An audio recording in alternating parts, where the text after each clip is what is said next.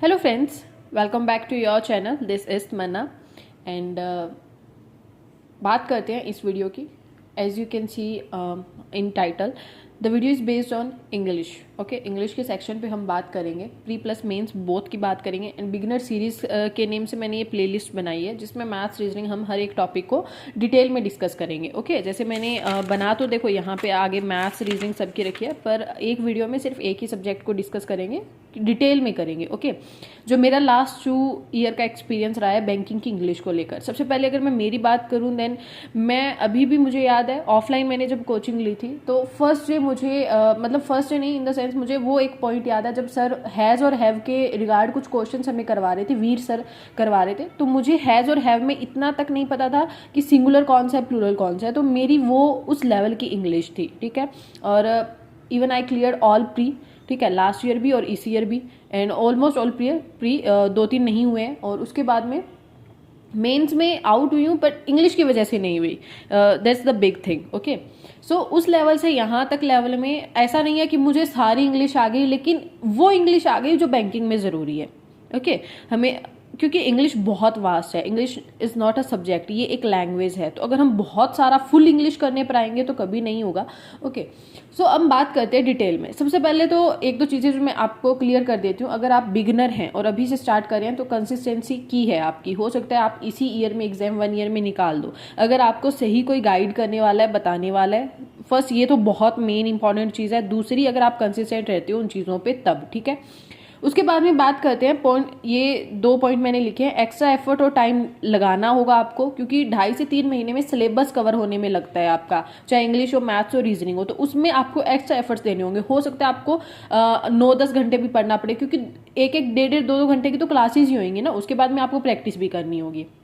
तो ये आपको करना पड़ेगा. सीधी सी बात है, स्ट्रेट फॉरवर्ड है. ओके, उसके बाद में आपको फोकस करना है सिर्फ और सिर्फ फिलहाल अपने सिलेबस पे. अगर आप करने पर आओगे ना, क्विज भी कर लेते हैं, मॉक्स भी लगा लेते हैं, तो मुझे नहीं लगता चीज़ें होंगी इतनी. तो सबसे पहले आप सिलेबस कवर करो जो अराउंड 2.5 महीने, 2.25 से 2.5 महीने आपको लगने वाले हैं कवर करने में. उसके बाद में न्यूज़पेपर की बात करते हैं. अगर आप, क्योंकि बहुत से अब सजेशंस आपको देखने को मिलेंगे, न्यूज़पेपर पढ़ो, एडिटोरियल पढ़ो, ये वो देखो. अगर आप इंग्लिश की वजह से न्यूज़पेपर पढ़ रहे हो तो प्लीज़ मत पढ़ो, कोई फ़ायदा नहीं है. लेकिन जीए के पर्पज़ से अगर आप पढ़ रहे हो कि जनरल अवेयरनेस अच्छी हो, आपकी नॉलेज अच्छी हो, तो आप न्यूज़पेपर पर जाओ. लेकिन इंग्लिश आपकी इम्प्रूव होगी न्यूज़पेपर की वजह से तो नहीं होगी, क्योंकि मैंने खुद ने 2 महीने तक लगातार इंग्लिश न्यूज़पेपर को पढ़ा है. इवन ऐसा पढ़ा है कि वो सारा ऑल क्लियर होता जाता था, मुझे समझ में ही नहीं आता था कि वर्ड्स क्या हैं.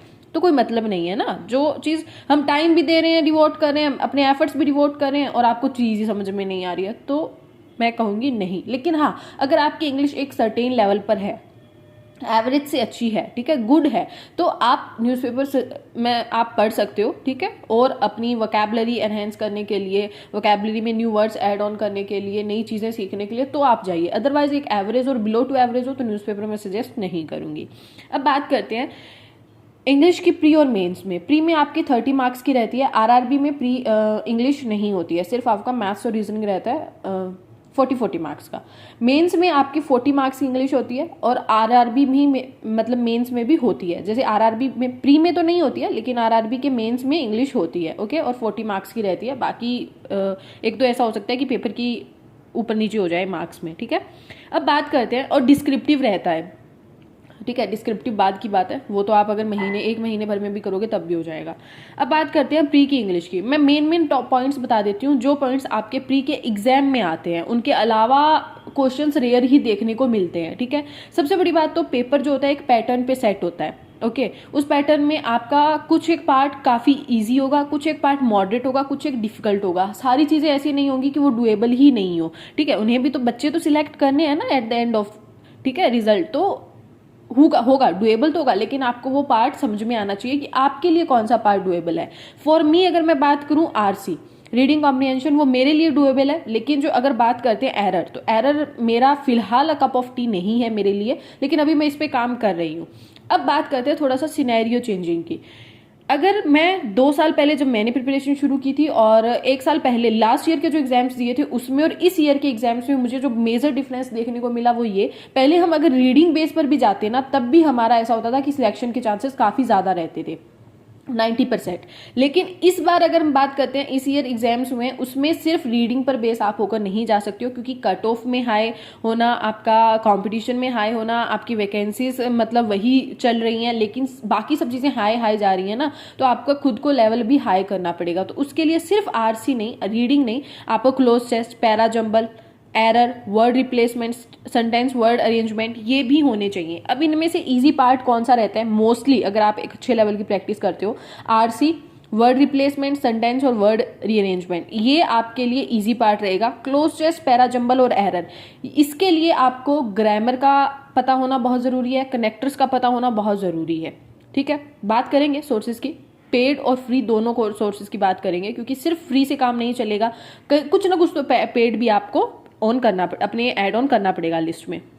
मेंस की इंग्लिश में मोस्टली रीडिंग कॉम्प्रिहेंशंस रहते हैं, लेकिन रीडिंग इन द सेंस छोटे छोटे रहते हैं, तो एक टाइम की कोई दिक्कत नहीं होती है मेंस में। प्री में टाइम की दिक्कत होती है, मेंस में टाइम फुल होता है आपके पास, लेकिन आपको वो चीज़ें बहुत समझनी पड़ती हैं। जैसे आरसी प्री के लेवल की बात करूँ तो आपसे डायरेक्ट क्वेश्चंस होंगे, आप अगर कोई क्वेश्चन आपने पढ़ा तो उस टाइप का कोई वर्ड कहीं दिख रहा है आपको, वहां से भी देखकर आप आंसर लगा दोगे। लेकिन मेंस की इंग्लिश में जब तक वो आपका कॉम्प्रिहेंशन समझ में नहीं आया ना, तब तक आप उसके क्वेश्चंस नहीं कर सकते हो। ठीक है, तो लेवल ऑटोमेटिकली इंक्रीज होता है। बाकी आता रीडिंग बेस्ड है मोस्टली 70 to 80%। उसके बाद में एरर्स आते हैं, 3-4 बड़े बड़े सेंटेंसेस दिए होते हैं, A sentence, B, C, D, उनमें से एरर बताइए। जैसे यहाँ पर क्या होता है, यहाँ पर तो आपको मोस्टली सेंटेंस दिया होता है, उसको पार्ट में डिवाइड किया होता है। यहाँ सेंटेंस आते हैं जिसमें आपको चूज करना होता है कौन से करेक्ट हैं, कौन से इनकरेक्ट हैं। तो ये थोड़ा बहुत काफ़ी हाई लेवल रहता है एरर, तो इसके लिए ग्रामर काफ़ी अच्छी होनी आपकी ज़रूरी है। उसके बाद में पैरा जंबल और क्लोज टेस्ट भी रहता है। ठीक है, इसमें मेंस के इंग्लिश में। अब बात करते हैं स्टार्टिंग कैसे करें।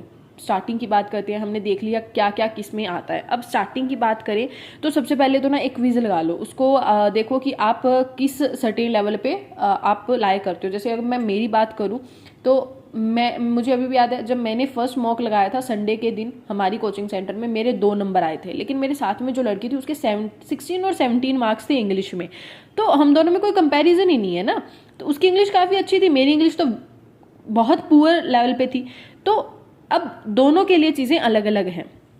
जिसके सबसे बहुत लो मार्क्स हैं, या जो इंग्लिश बैकग्राउंड से बिलोंग नहीं करता है, ठीक है, इंग्लिश से बहुत काफ़ी कम टच रहा है, उनका एनवायरनमेंट इंग्लिश रिलेटेड नहीं रहा है, तो कैसे स्टार्ट करना है। सबसे पहले तो आपको 2 चीज़ें माइंड में रखनी होंगी। इंग्लिश अगर आप करना चाहो तो हो जाएगी, इंग्लिश को आप पे एक्स्ट्रा एफर्ट्स देने पड़ेंगे। ठीक है, अब आधा घंटा 1 घंटा दे रहे हो, बाकी सब्जेक्ट्स के कंपेरिजन में उतना ही दे रहे हो, तो आपकी इंग्लिश बहुत ज़्यादा अच्छी नहीं हो सकती है कभी भी। ठीक है, वो आपकी इंप्रूवमेंट हो सकती है बट अच्छी नहीं हो सकती है, तो आपको एक्स्ट्रा एफर्ट्स लगाने होंगे। अब बात करते हैं कैसे। सबसे पहले रीडिंग हैबिट का आना बहुत ज़रूरी है। ओके, स्टार्टिंग में 2 से 3 महीने आप लाइव क्लासेस देखो। आप लाइव क्लासेस मैं रिकमेंड करूंगी निमिषा बंसल मैम को, क्योंकि काफ़ी उनका समझाने का जो तरीका है, जैसे अभी मैं उनकी क्लासेस खुद फॉलो कर रही हूँ, 120 रूल्स ऑफ ग्रामर वाली एक वीडियो है उनके रिगार्डिंग ग्रामर को सीखने के लिए।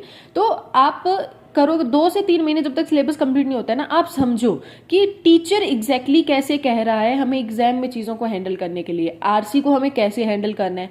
ठीक है, और अगर पैरा जंबल आता है, कुछ भी आता है, तो वो कैसे हमें करता है। तो उसके लिए बिगिनर सीरीज कर लेना। ठीक है, अगर निमिषा बंसल मैम की बिगिनर्स के लिए कुछ ना कुछ तो मटेरियल आपको मिलेगा यूट्यूब पे, मोस्टली उनका फ्री मिल जाएगा उनके चैनल पे, तो आप फ्री वाला सोर्स जाकर देख लो। ठीक है, एक 120 रूल्स ऑफ ग्रामर वाली प्लीज कर लेना, क्योंकि उसमें मोस्टली आपकी चीजें कवर हो जाएंगी, तो आपको इंग्लिश में थोड़ा कॉन्फिडेंस ज्यादा आएगा। ओके, मैंने थोड़ा लेट कर दिया करने में, ये मेरी गलती है। ओके, तो आप कर लेना। उसके बाद में जैसे ग्रामर का हो गया, क्विज और वीडियो सॉल्यूशन पीडीएफ्स, जैसे हो गया ना कि वीडियो सॉल्यूशंस आपको जरूर देखने हैं कोई भी, क्योंकि स्टार्टिंग में हमें नहीं पता होता है ना कि बैंकिंग में एग्जैक्टली हमें क्वेश्चंस को कैसे हैंडल करना है। आप एग्जाम देने जा रहे हो, 20 मिनट में आपको आरसीबी करना है, क्लोज टेस्ट, सेंटेंस रीअरेंजमेंट सब कुछ करना है, तो एग्जैक्टली कैसे हैंडल करना है। तो सिलेबस जब तक 2 से 3 महीने नहीं हो रहा है ना, तब तक आप किसी टीचर को शिद्दत से फॉलो करो। जो टीचर आपको कह रहा है ना वो आप करो, डेफिनेटली वो करो। ये नहीं है जैसे आपने निमिषा बंसल मैम की कोई क्लास लगाई ग्रामर की, मान लो उनकी 120 रूल्स ऑफ ग्रामर वाली आपने क्लास लगाई, मैम ने कहा कि नेक्स्ट क्लास करने से पहले, जैसे आज आपने फर्स्ट क्लास लगा ली, कल सेकंड लगानी है, और फर्स्ट में ही आपका सब साफ हो गया, आपको कुछ याद ही नहीं है। अगर मैम बोल रहे हैं कि फर्स्ट वाली क्लास रिवाइज करो, तो आपको वो रिवाइज करनी है। ठीक है, ये सबसे फर्स्ट मैंडेटरी रूल है, आपको उस टीचर की आंख बंद करके बातों को सुनना है।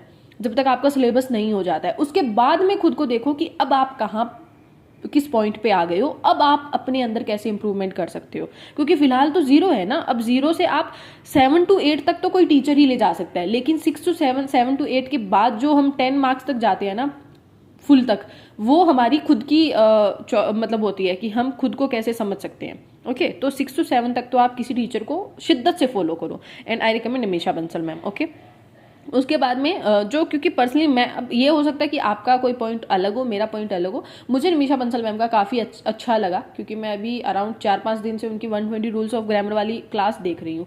एक चीज़, जो चीज़ मुझे लगी ना, जैसे मैंने और भी 1-2 टीचर्स को फॉलो करके देखा था अलग जगह से, तो मुझे वो कॉन्फिडेंस नहीं आ रहा था। मुझे लग रहा था कि यार नहीं होगा, मतलब कैसे करेगी तू। एक रोना सा भी आया, 1-2 बार तो रोना भी आया मुझे कि इस लेवल पर आ गई है, लेकिन यहाँ तक 2 साल हो गए हैं तुझे बैंकिंग को देते हुए, और अगर ये इंप्रूव नहीं हुई ना तो तुझसे कुछ नहीं होगा। और ये तो इंप्रूव हो ही नहीं, क्योंकि समझ में ही नहीं आ रहा है। लेकिन निमिषा बंसल मैम की क्लास करने के बाद थोड़ा माइंड रिलैक्स हो रहा है कि तमन्ना कर लेगी, अगर डेली करेगी तो हो जाएगा तुझसे। ओके, स्पेशली ग्रामर, क्योंकि रीडिंग काफ़ी अच्छी हो चुकी है, आरसी में कोई दिक्कत नहीं आ रही है। मेंस लेवल की आरसी की अभी और प्रैक्टिस करनी है, लेकिन ग्रामर की अभी मैं खुद आपकी तरह बिगनर हूँ ग्रामर में, तो आप समझ सकते हो। अब बात करते हैं जो इनफ गुड है, मतलब उनका एक सर्टेन लेवल है, इंग्लिश में काफ़ी अच्छा है। तो आप क्विज और मॉक या फिर लाइव क्लासेस, ठीक है, मतलब जो जिस टॉपिक में आप वीक हो, क्योंकि 16, 17, 20 मार्क्स आ रहे हैं, वो 10 नंबर आपको कैसे लेने हैं, तो उनके लिए आप क्लासेस को फॉलो करो, और अदरवाइज क्विज और मॉक्स के टच में रहो। डेली क्विज तो एटलीस्ट लगाओ ही लगाओ, जिससे आपको क्या है, पैटर्न पता लग जाएगा, एग्जाम का आपको आदत हो जाएगी क्विज की, इंग्लिश को अटेम्प्ट करने की, विद इन द टाइम आपको अटेम्प्ट करने की, तो आप उनके टच में रहो। ओके, अब बात करते हैं अपन सोर्सेज की। जैसे मैंने कहा, फ्री भी रहेगा, पेड भी रहेगा, लेकिन इंग्लिश में मोस्टली अगर आप फ्री वाले सोर्सेज के साथ भी जाओगे तब भी आपका काम हो जाएगा, ठीक है। जैसे ग्रामर में 120 रूल्स ऑफ बुक आप कर लेना, और इसमें जैसे मैं बताऊँ, शायद मैं इसी नोटबुक में नोट्स बना रही हूँ 120 रूल्स वाले की, क्लास ले रही हूँ जब। हाँ, ये देखो, यहाँ पे मैं आपको दिखाती हूँ, ये मैंने अभी शुरू किया है, और यहाँ पर आप डेट भी दे सकते हो 15 फरवरी को। ये 120 रूल्स ऑफ ग्रामर की मेरी अभी आज शायद 4-5 क्लासेस हो गई हैं, और मैंने 28 रूल्स कवर कर लिए हैं। Here you can see 27 rule cover कर लिए हैं मैंने, ठीक है। तो अगर करेंगे तो सारी चीज़ें हो जाएंगी, और मुश्किल नहीं है। अब बात करते हैं अपन आगे। तो 120 रूल्स ऑफ ग्रामर की बुक, अब बुक में से डायरेक्ट करोगे ना तो वो समझ में नहीं आएगी, तो बुक तो आपको लेनी पड़ेगी। तो ये पेड हो गया, और क्लासेस उनकी फ्री ले लेना आप यूट्यूब से। तो आप क्लासेस देखना, फिर उसके बाद बुक में से करना, क्योंकि बुक में स्टार्टिंग में तो 30-40 पेज में रूल्स हैं, उसके बाद में जो प्रैक्टिस करने के लिए क्वेश्चन है ना, वो आपको प्रैक्टिस करने हैं।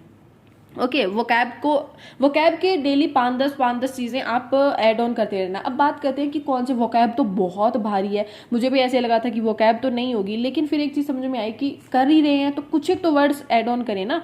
तो क्योंकि इंग्लिश में बहुत भारी भरकम वर्ड्स नहीं आते हैं वोकैब में, एक सर्टेन लेवल पे वर्ड्स आते हैं, उनका मीनिंग आपको पता होना ज़रूरी है, क्योंकि अभी सिनोनिम्स, एंटोनिम्स ऐसे वर्ड्स भी आ रहे हैं। जैसे मेंस में क्या हुआ था, इस बार मैंने देखा कि काफ़ी क्वेश्चंस ऐसे थे जिसमें आपको वर्ड्स दिए हुए थे और देख रहे थे कि इसमें कौन सा सूटेबल है मीनिंग में। प्री में भी ऐसे क्वेश्चन आने लग गए हैं कि कौन से सेंटेंस में ये मीनिंग सही वर्ड सेट बैठ रहा है और बाकियों में गलत यूज़ हुआ है। तो मुझे लगा कि वर्ड्स की नॉलेज होना भी बहुत ज़रूरी है। तो वोकैब, अब वोकैब सिर्फ बैंकिंग से रिलेटेड जो वर्ड्स है ना, कि बैंकिंग में इनके आने के चांसेस सबसे ज़्यादा है, फिलहाल तो मैं वो करूँगी, बाकी की बाद में देखूंगी। तो मैं वोकैबुलरी बुक जो निमिषा बंसल मैम की है, मुझे लग रहा है कि वही फॉलो कर लेनी चाहिए एक बार। इसके होने के बाद देखते हैं ये होती है या नहीं होती है, उसके बाद देखते हैं। उसके बाद में ये आपके लिए ऑप्शनल है, ये अगर आप लो अदर बात है, ठीक है। पहले तो आप अपना बेसिक करो, बिगनर हो, ठीक है। जैसे मैंने 2-2.5 महीने में कहा, पूरे के पूरा आपको सिलेबस कवर करना है। फिर उसके बाद में आपको आरसीएस पे पूरी पकड़ बनानी है, क्लासेस को कंप्लीट करना है। उसके बाद की बात आती है ये। तो फिर आते हैं क्विज की बात करूँ तो आपको जैसे होता है ना कि अब क्विज तो लगाने हैं, लेकिन लगाने कैसे हैं। जैसे मैं मेरी पर्सनली बात करूँ तो मैंने जब शुरू किया था तो अड्डा के फ्री मिनी मॉक्स आते हैं, वो लगाना आप, ठीक है। अड्डा के फ्री मिनी मॉक्स आते हैं, क्विज होते हैं, वो आप कर सकते हो, बिल्कुल फ्री ऑफ कॉस्ट है। वहाँ पर जाना, बस आपको ढूंढने पड़ेंगे। डेली शायद वो एक इंग्लिश का, एक मैथ्स, एक रीजनिंग का देते हैं, अभी भी देते हैं नहीं देते हैं, क्योंकि मैंने वो 2 साल पहले लगाई थी ना, तो वो वाला लगाना। उसके बाद में आपको टेक्स्ट बुक फॉलो करना है। टेक्स्ट बुक के बाद में ऑलिव PMS के किसी पर भी जा सकते हो, क्योंकि इनकी थोड़ी हाई साइड रहती है। टेक्स्ट बुक की अभी अच्छी हो गई है, लेकिन मुझे लगता है अभी भी SK और PM से तो थोड़ी कम है, और फिर अड्डा तो हो जाएगी, डुएबल है। फ्री वाले अगर आप लगाओगे ना तो वो एक समझ में आने वाले क्वेश्चन है उनमें, कि आपके माइंड में आ सकते हैं, ठीक है।